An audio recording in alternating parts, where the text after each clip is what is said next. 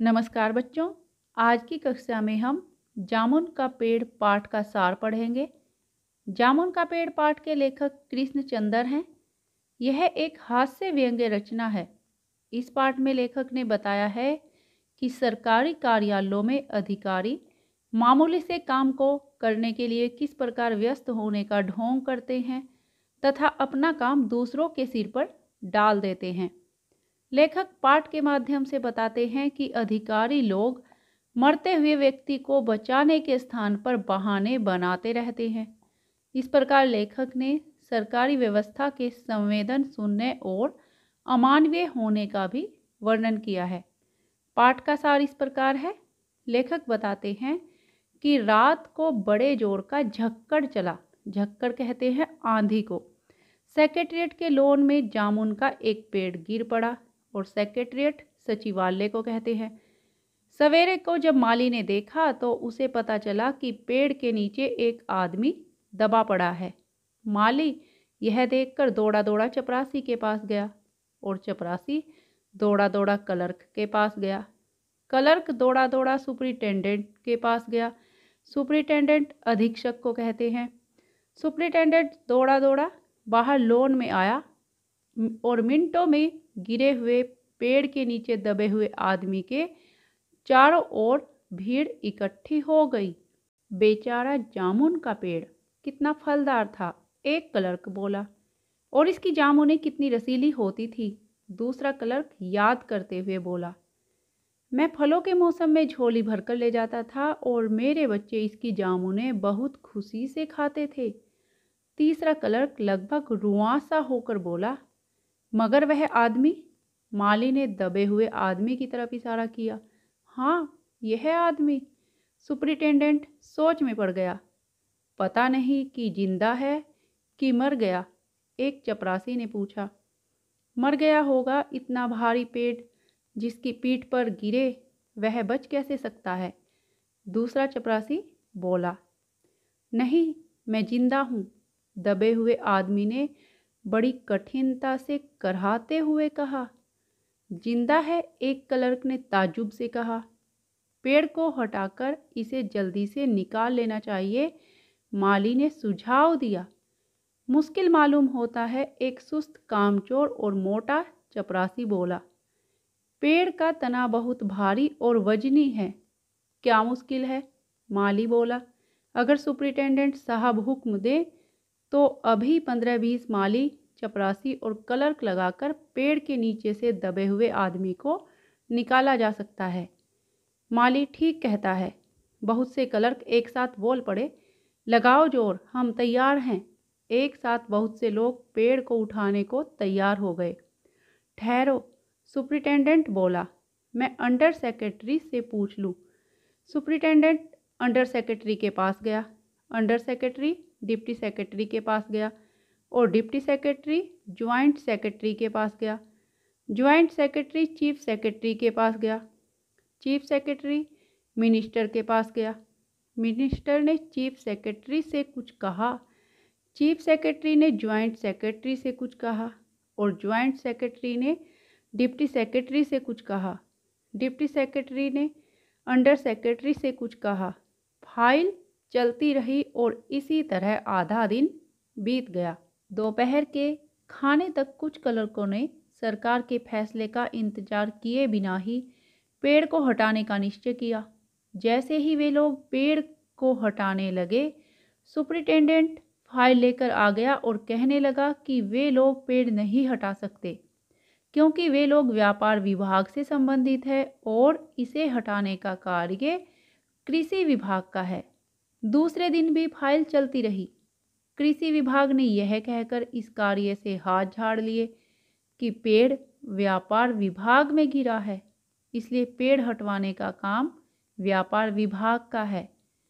यह उत्तर पढ़कर व्यापार विभाग को क्रोध आ गया।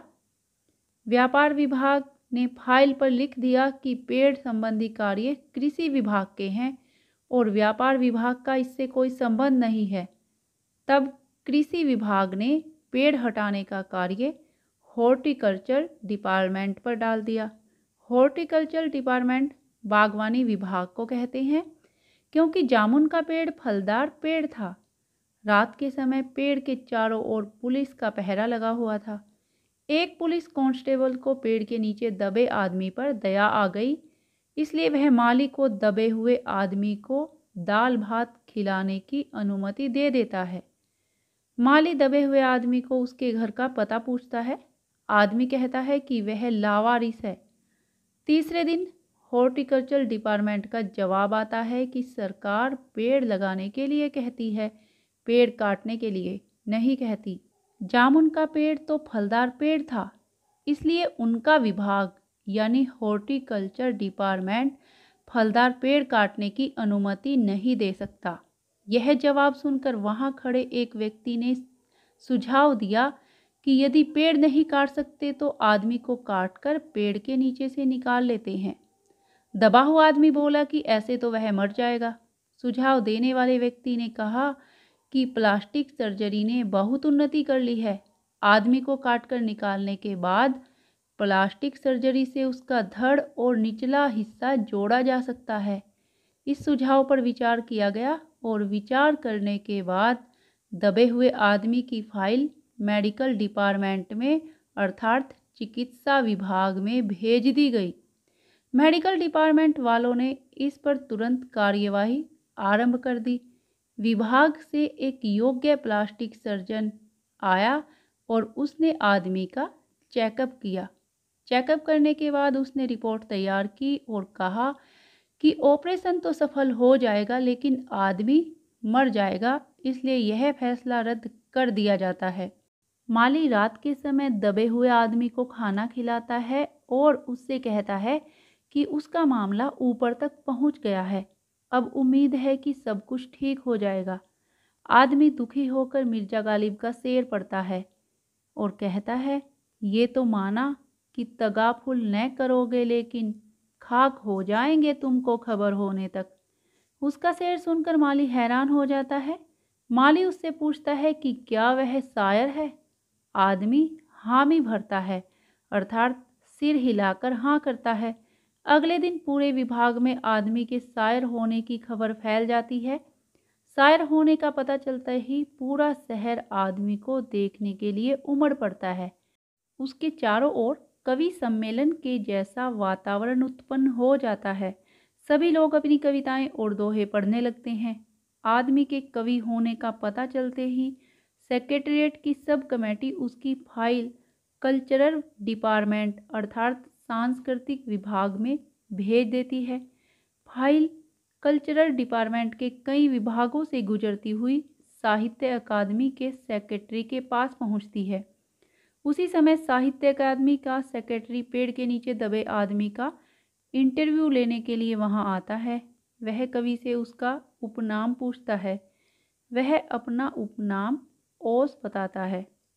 सेक्रेटरी कहता है कि क्या वह वही ओस तो नहीं जिसका गद्य संग्रह ओस के फूल अभी अभी प्रकाशित हुआ है। पेड़ के नीचे दबे आदमी के हाँ कहने पर सेक्रेटरी उससे पूछता है कि क्या वह साहित्य अकादमी का सदस्य है। वह आदमी इनकार कर देता है। सेक्रेटरी को बड़ी हैरानी होती है कि इतना बड़ा कवि उनकी साहित्य अकादमी का सदस्य क्यों नहीं है। दबा हुआ आदमी उसे पेड़ के नीचे से निकालने के लिए कहता है। सेक्रेटरी उसे निकलवाने का प्रबंध करने के लिए कहकर चला जाता है। अगले दिन सेक्रेटरी उसे साहित्य अकादमी का सदस्य बनने पर बधाई देता है, परंतु वह दबा हुआ आदमी उससे कहता है कि पहले उसे पेड़ के नीचे से निकालो। सेक्रेटरी असमर्थता प्रकट करता है कि यह काम उनके डिपार्टमेंट का नहीं है। इसके लिए उन्होंने फॉरेस्ट डिपार्टमेंट अर्थात वन विभाग को लिख दिया है, फाइल भेज दी है। शाम के समय माली उस दबे आदमी को बताता है कि वन विभाग के आदमी कल आकर उसे निकाल देंगे। दबे हुए आदमी का स्वास्थ्य धीरे धीरे जवाब दे रहा था। वन विभाग के आदमी पेड़ काटने के लिए आए तो पता चला कि विदेश विभाग का आदेश है कि यह पेड़ काटा नहीं जाएगा। इस पेड़ को पिटोनिया राज्य के प्रधानमंत्री ने सेक्रेटेरिएट के लॉन में लगाया था। पेड़ काटने से पिटोनिया राज्य से संबंध बिगड़ सकते हैं। उनसे मित्रता बनाए रखने के लिए एक व्यक्ति का बलिदान दिया जा सकता है। अभी क्लर्क कवि को लेकर बहस कर ही रहे थे कि अंडर सेक्रेटरी ने सुपरिटेंडेंट को बताया कि आज प्रधानमंत्री वापस आ रहे हैं। उनके आने पर विदेश विभाग पेड़ की फाइल उन्हें पेश करेगा, वही फैसला करेंगे। शाम को सुपरिटेंडेंट ने आकर बताया कि प्रधानमंत्री ने पेड़ काटने का आदेश दे दिया है। कल पेड़ काट दिया जाएगा और दबे हुए आदमी को बचाया जा सकेगा। आज उसकी फाइल बंद हो गई है, लेकिन कवि कुछ भी सुन नहीं सका क्योंकि आज उसके जीवन की फाइल भी बंद हो गई थी, अर्थात वह मर गया था। इस प्रकार से अधिकारियों की लापरवाही के कारण जामुन के पेड़ के नीचे दबा हुआ व्यक्ति मर जाता है। अगर कुछ लोग चाहते तो जामुन के पेड़ के नीचे दबे हुए व्यक्ति को बचा सकते थे।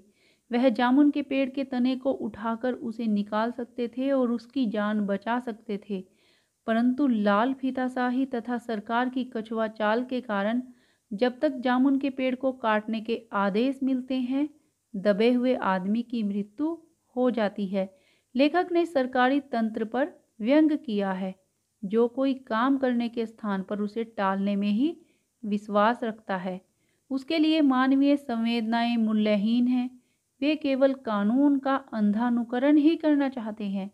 लेखक ऐसी व्यवस्था को बेनकाब कर इसे बदलने की प्रेरणा देता है। आशा करती हूँ कि आपको पाठ समझ आया होगा। धन्यवाद।